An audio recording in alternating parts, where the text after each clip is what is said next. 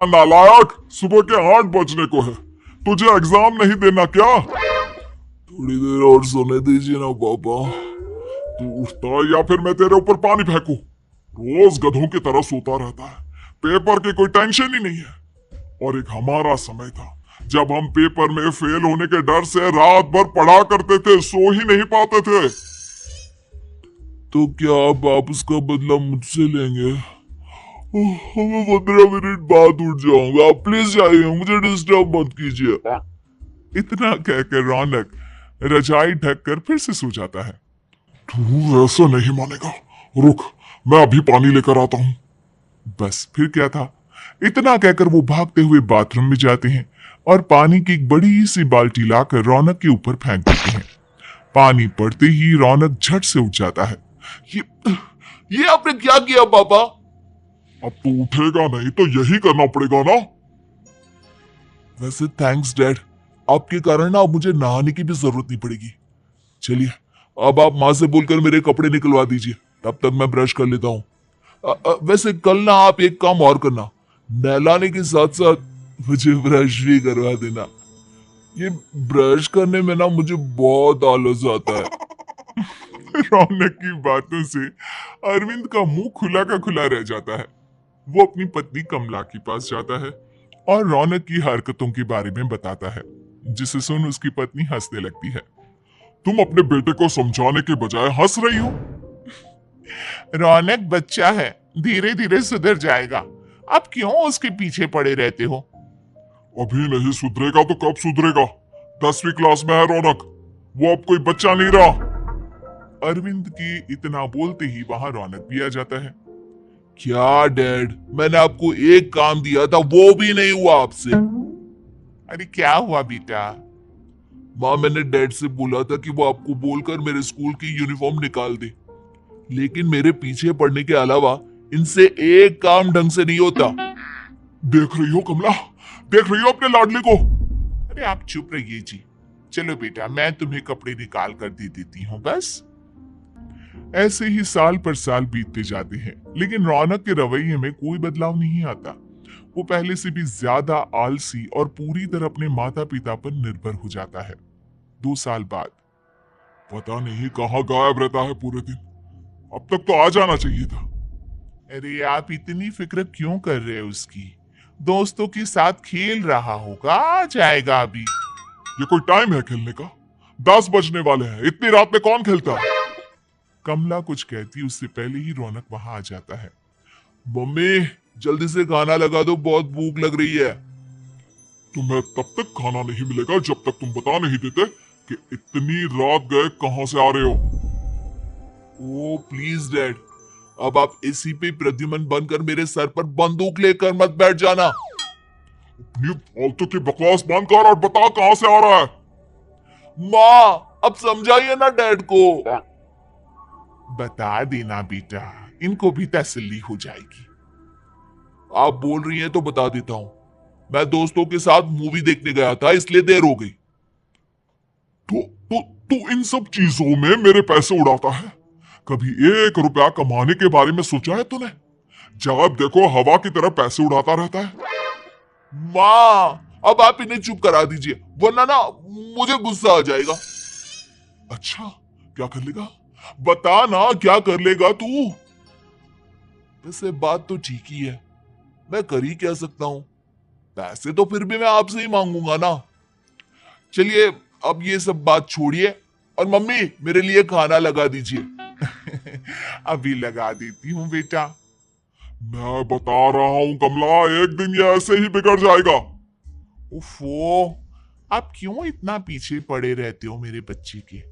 बात की बाद में देखेंगे, अभी आप शांति से उसे खाना खाने देंगे। अगले दिन, डैडी, मुझे 10,000 रुपए चाहिए। हाँ? अब इतने पैसे क्यों चाहिए तुझे? डैड, अब बिना सवाल किए कभी पैसे नहीं दे सकते क्या? जब तक तू बताएगा नहीं, तुझे पैसे भी नहीं मिलेंगे। अरे, अब आप अपने बेटे को पैसे भी नहीं दे सकते? नालायक, तेरी उम्र के लोग नौकरी करते हैं और एक तू है जो नौकरी करने का नाम ही नहीं लेता कभी। आप लोगों के होते हुए भला मैं नौकरी क्यों करूं? अरे हम कब तक पैसे देंगे तुझे? तुझे भी तो अपने पैरों पर खड़ा होना होगा ना। कौन सा उधार के पैरों पर खड़ा हूं? अपने ही तो पैरों पर खड़ा हूं मैं। इसी तरह रौनक दिन प्रतिदिन लापरवाह होता जाता है। उसकी लापरवाही को देखते हुए अरविंद और कमला अपने बेटे की शादी कराने का फैसला लेते हैं और 1 महीने के अंदर अंदर ही रौनक की शादी मेघा नाम की लड़की से करा देते हैं। शादी के कुछ दिन बाद, रौनक, मुझे एक अच्छी सी साड़ी चाहिए, आप ला दोगी ना? हाँ, क्यों नहीं। कितने तक की आती है साड़ी? यही करीब 5,000 तक की। तुम चिंता मत करो, मैं आज ही डैडी से पैसे मांगकर तुम्हारे लिए साड़ी ले आऊंगा। आप कब तक ऐसे ही अपने पापा से पैसे मांगते रहेंगे? कोई अच्छी सी नौकरी क्यों नहीं कर लेते आप? अरे डैड के होते हुए मुझे नौकरी करने की जरूरत ही क्या है? पर आप ऐसे कब तक उनसे पैसे मांगते रहेंगे? कुछ आपको अपने दम पर भी तो करना होगा ना। अब तुम भी बाकी लोगों की तरह मुझे ज्ञान देना शुरू मत कर देना। साड़ी चाहिए ना तुम्हें, मिल जाएगी बस। इतना कहकर रौनक अपने पिता से पैसे मांगने चला जाता है। डैडी, मुझे 5,000 रुपया चाहिए। अब 5,000 क्यों चाहिए तुझे? वो मेघा को साड़ी चाहिए थी। अरविंद आगे बिना कुछ कहे चुपचाप उसे पैसे निकाल कर दे देता है। कुछ दिन बाद, तुम्हें नहीं लगता कमला, रौनक हम पर पहले से भी ज्यादा डिपेंड हो गया है? मुझे तो अब उसके भविष्य की चिंता होने लगी है। कल को हमें कुछ हो गया तो वो क्या करेगा? काश तुमने पहले ये सोच लिया होता तो आज हमारा बेटा इतना लापरवाह नहीं होता। तब मुझे कहाँ पता था कि मेरा लाड़ प्यार उसे इतना बिगाड़ देगा कि वो इस हद तक लापरवाह बन जाएगा। कोई बात नहीं, अभी भी देर नहीं हुई। मुझे पता है उसे कैसे सुधारा जा सकता है। कैसे? अरविंद कुछ कहता उससे पहले रौनक वहां आ जाता है और पैसों के लिए हाथ फैलाने लगता है। डैड, मैं और मेघा बाहर घूमने जाना चाहते हैं। अरे वाह, ये आज सूरज कहां से निकला है? Dad please. अच्छा चलो अब मुद्दे की बात करो। मुझे अब 25,000 चाहिए। अब तुम्हें 1 रुपया भी नहीं मिलने वाला। अगर तुम्हें पैसों की इतनी ही जरूरत है तो कोई ढंग की नौकरी कर लो। मम्मी, आप कुछ कहिए ना डैड को। बेटा वो गलत क्या बोल रहे हैं? ये सब हम तेरे भले के लिए ही तो कर रहे हैं। मम्मा, मैंने बताया ना आपको, मुझे नहीं करनी कोई जॉब वॉब। तो ठीक है, निकल जाओ हमारे घर से। तुम्हारे जैसे लोगों के लिए मैंने ये घर खड़ा नहीं किया है। जितना ये घर आपका है ना, उतना ही मेरा भी है। मैं कहीं नहीं जाने वाला। जाना तो पड़ेगा ही तुझे, क्योंकि अब मैं तेरा कोई भी खर्चा नहीं उठाने वाला। ठीक है, मत उठाइए मेरा खर्चा, मैं अपने दम पर भी जी सकता हूँ। तो बेशर्मों की तरह अब तक यहाँ क्यों खड़ा है? अपना सामान ले और निकल जाए यहाँ से। रौनक पैर पटकते हुए वहां से चला जाता है। घर से निकालना जरूरी है क्या उसे? बिना पैसों के कौन रखेगा उसे किराए पर? अगर उसका भविष्य सुधारना है तो हमें अपने दिल पर पत्थर रखकर ये कदम उठाना ही होगा। दोनों बात कर रहे होते हैं कि रौनक अपनी पत्नी के साथ एक बड़ा सा बैग लेकर घर से निकल जाता है, लेकिन घर से बाहर उसे कोई भी मुफ्त में अपने घर किराए पर नहीं रखता। अंत में थक हार कर वो फिर से अपने घर चला जाता है। क्या हुआ? थोड़ी देर पहले तो दहाड़ते हुए घर से निकला था, अब क्या हुआ? नहीं रखा ना किसी ने तुझे किराए पर? डैड प्लीज, मैं कुछ दिनों में कोई अच्छी सी नौकरी शुरू कर दूंगा।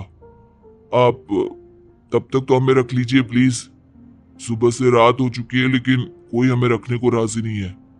अब आप ही बताइए, इतनी रात को मैं मेघा को लेकर कहाँ जाऊंगा?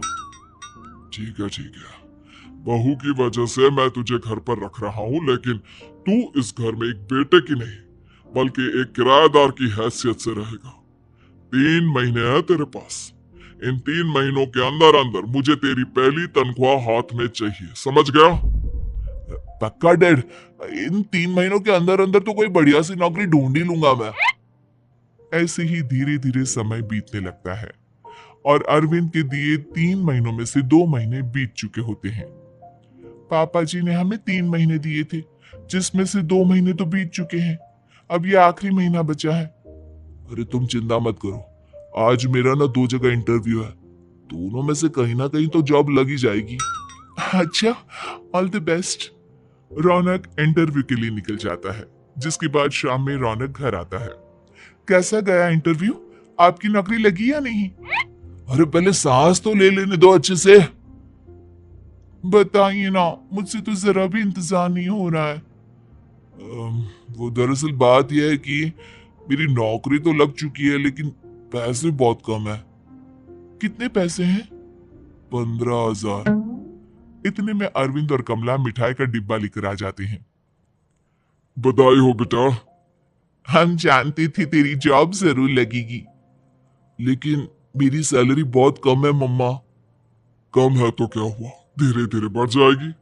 हाँ बेटा, हम तो बस चाहते थे कि तू अपने पैरों पर खड़ा हो जाए।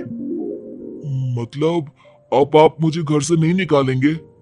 नहीं, ये सब हमने तुझे जिम्मेदार इंसान बनाने के लिए किया था। Thank you mummy papa.